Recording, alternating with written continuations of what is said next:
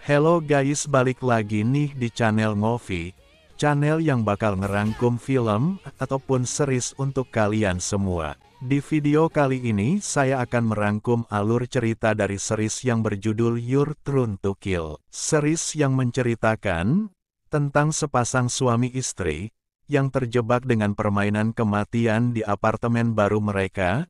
Penasaran dengan ceritanya? Tonton terus video ini. Scene diawali dengan memperlihatkan sepasang suami istri yang sedang merapikan barang di apartemen baru mereka. Mereka bernama Tezuka Zoto dan Tezuka Nana, di mana saat sedang merapikan barang tanpa sengaja, Zoto menyenggol puzzle yang telah diselesaikan oleh Nana. Kemudian setelah mereka memasukkan semua barang dan membayar jasa orang yang mereka sewa, Zoto meminta Nana untuk memeluknya sebagai hadiah untuk hari ini. Akan tetapi Nana merasa malu karena di seberang jalan ada tetangga kamar mereka, yaitu Ishizaki Yoko dan Ishizaki Kenji beserta kedua anak mereka dari kamar 104. Karena merasa lapar, Zoto menawari Nana untuk membeli makanan di supermarket. Tetapi Zoto yang baru di tempat itu, mengambil jalan yang salah. Karena Nana juga tidak tahu mengenai arah yang benar. Sawa Kuroshima dari kamar 202 yang kebetulan ada di tempat itu memberitahu Zoto arah yang benar.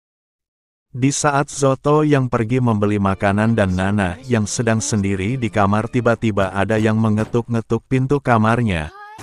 Rupanya itu adalah manajer apartemen yang terkenal mempunyai sifat yang menjengkelkan. Kemudian saat Nana membuka pintu kamar, manajer langsung menerobos masuk ke dalam kamar itu tanpa izin untuk memeriksa keadaan kamar Nana. Dan sebelum ia pergi, ia memberikan sesuatu kepada Nana. Setelah Zoto kembali dari minimarket, Nana memperlihatkan papan nama yang diberikan manajer. Tetapi Nana menolak untuk memasang papan nama tersebut, akan tetapi Zoto melarang Nana untuk melepas papan nama itu. Karena salah satu tetangga mereka yaitu Mihika Ono tetap memasang papan namanya itu. Lalu mereka yang ingin berkenalan menekan bel kamar Mihiko. Kemudian saat Mihiko membuka pintunya, Nana dan Zoto memberikan bingkisan kepada Mihiko sebagai tanda pertemanan. Kemudian setelah Mihiko menerima bingkisan itu, Mihiko keluar dari kamarnya dan menyarankan agar salah satu di antara mereka mengikuti pertemuan para penghuni apartemen yang akan dilakukan hari ini, agar mereka bisa akrab dengan penghuni lainnya. Setelah itu mereka kembali mengunjungi penghuni kamar lainnya untuk berkenalan. Kemudian mereka bertemu dengan anak kecil yang bernama Sora Kitagawa, dan seorang wanita bernama Kayo Kojima.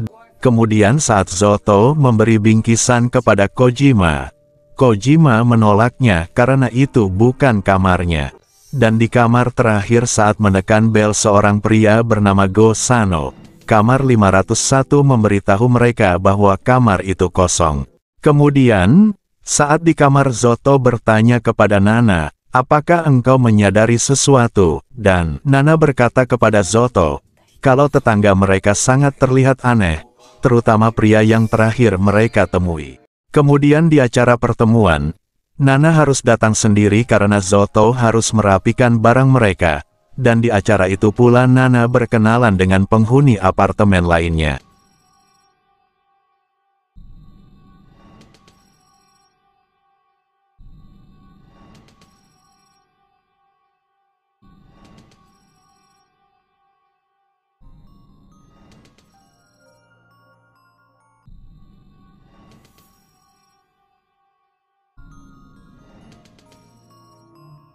Setelah itu mereka pun memulai rapat pertemuannya, yang membahas siapa yang bersedia menjadi petugas kebersihan.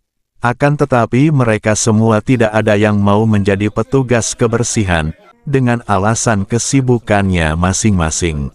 Sehingga, harus dilakukan pemungutan suara untuk menentukan siapa yang akan menjadi pengurus kebersihan apartemen. Dan yang terpilih menjadi pengurus kebersihan adalah Nona Kisohita dari kamar 104, meski tanpa persetujuan darinya karena ia tidak hadir pada pertemuan itu. Kemudian setelah pertemuan itu selesai, Nana yang berniat kembali ke kamarnya, ditahan oleh manajer karena mereka memiliki kebiasaan bercengkrama dengan penghuni lain setelah pertemuan selesai. Namun di tengah-tengah pembicaraan, manajer tiba-tiba bertanya pada Nana, apakah Nana ingin membunuh dirinya? Dalam keadaan kaget Nana berkata, bagaimana mungkin aku bisa melakukan itu? Dan ternyata manajer mempertanyakan hal tersebut karena Atsushi berkata bahwa semua orang di apartemen itu sangat membencinya dan ingin membunuhnya. Namun sebelum disalahkan, Atsushi membela dirinya dengan mengatakan bahwa kita semua pasti pernah merasakan ingin membunuh seseorang dengan alasan tertentu. Karena pernyataan itu, akhirnya pembicaraan mereka berubah mengenai alasan-alasan mereka sehingga mereka ingin membunuh, dan bagaimana cara membunuh agar tidak tertangkap oleh polisi. Lalu Atsushi memberikan teori, bagaimana jika kita membunuh untuk seseorang, dan seseorang itu akan membunuh untuk kita. Dengan begitu motif pembunuhan akan sulit dipecahkan dan kepolisian akan sulit untuk menangkap pelakunya. Kemudian karena merasa takut, Sane meminta mereka untuk menghentikan pembicaraan itu. Tapi bukannya berhenti, karena saling penasaran dengan orang yang ingin mereka bunuh, mereka malah melakukan sebuah permainan. Yang dimana, permainan itu dilakukan dengan cara menulis nama orang yang ingin mereka bunuh dan akan dibagikan secara acak. Namun Nana yang berada di sana terpaksa mengikuti permainan itu agar ia tidak menjadi bahan pembicaraan penghuni apartemen. Kemudian permainannya pun dimulai dengan membagikan kertas kepada setiap orang yang ada di sana, yang mana semua orang terlihat begitu serius mengikuti permainan ini, kecuali Nana yang tampak kebingungan harus menulis nama siapa.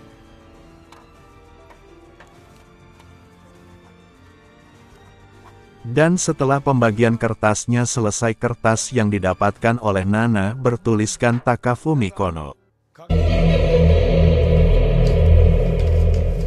Setelah pertemuan itu selesai, Nana yang telah kembali ke dalam kamarnya berniat membuat makan malam harus ke minimarket terlebih dahulu, karena Nana belum mempunyai bahan makanan di kulkasnya.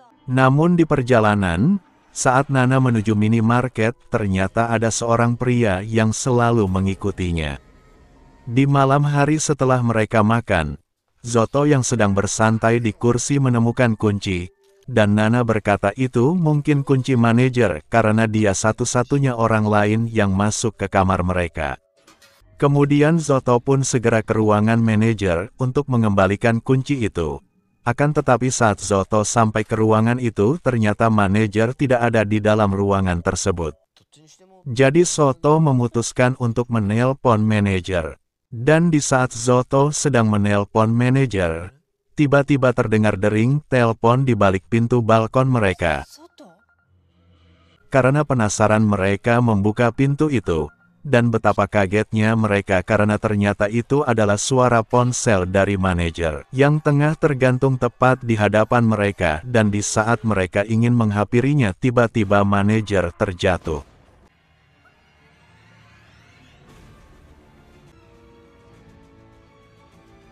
Di akhir kita diperlihatkan bahwa di antara mereka yang mengikuti permainan, salah satu di antara mereka ada yang menulis nama manajer.